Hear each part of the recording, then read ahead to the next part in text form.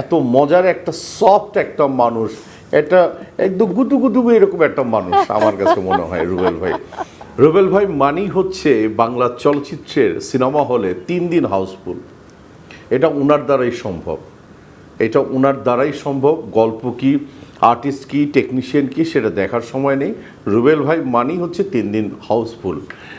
রুবেল ভাইয়ের সাথে অনেকগুলি ছবি করেছি, আর উনি হচ্ছেন আমাদের বড় ভাই, প্লাস হচ্ছে আমাদের বন্ধু।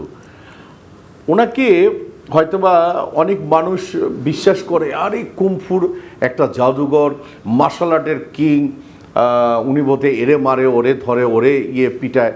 আসলে তা না, উনি একটা পিঁপড়া মারতে পারে এইটা আমি বিশ্বাস করি না।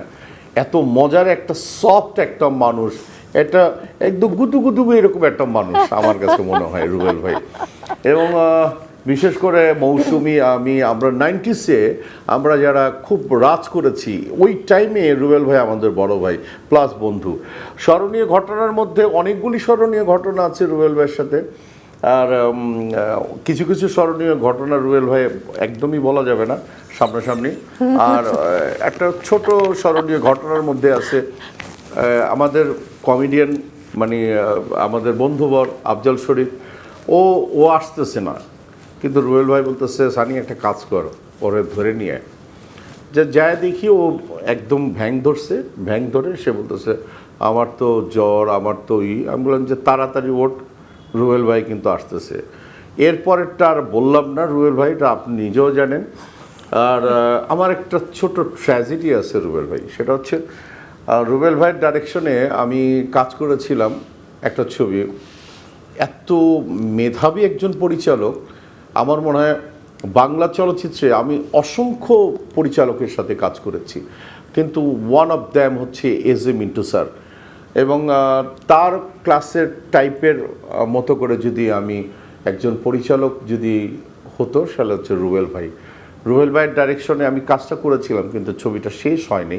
এটা আপনার আফসোস থেকে যাবে রুবেল ভাই, আপনি অনেক ভালো একজন পরিচালক, এটা এখনকার জেনারেশন হয়তো বা কেউই জানে না, আপনাকে অন্যভাবে দেখে, কিন্তু বাট আপনি একজন খুবই দামি পরিচালক এবং অভিনেতা হিসাবে তো দারুণ। আর আমার দেশি ভাই, আপনার জন্য দোয়া রইল, আপনি ব্যক্তি জীবনে অনেক সুস্থ থাকেন, ভালো থাকেন এবং আমাদের মাথার তাজ হয়ে থাকেন। Thank you, love you.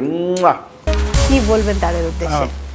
এখন হলো যে সানির সাথে আমার অত্যন্ত বলবো যে চমৎকার একটি সম্পর্ক, বন্ধু ভাই, গুড বন্ডিং, অনেক ভালো বন্ডিং ওর সাথে। যাই হোক, আমি ব্যক্তিগতভাবে সানিকে আমি অনেক অনেক বেশি আদর করি, অনেক বেশি পছন্দ করি।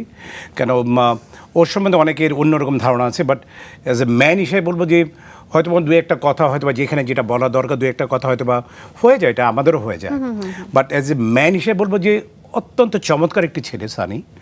এবং ওই যে আছে না, অন্তরে বিষ বাহিরে সুন্দর মিষ্টি, সেটা না, ওর ব্যাপারটি সেরকম না। ও যা বলে ওইটাই ও চমৎকার একটি ছেলে আনডাউটলি।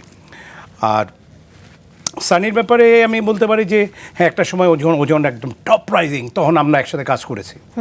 একটা সময় তো সানি ওয়াজ এ স্টার।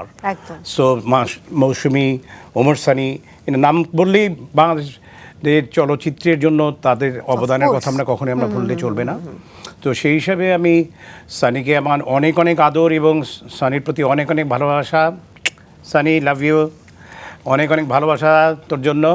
আর আমি সত্যিকার অর্থে আমি সবাইকে তুই বলি না, আমার হাতে গোনা কয়েকজন আর্টিস্ট আছে যাদেরকে আমি তুই বলি, তাদের মধ্যে তিনি একজন, তার মধ্যে একজন।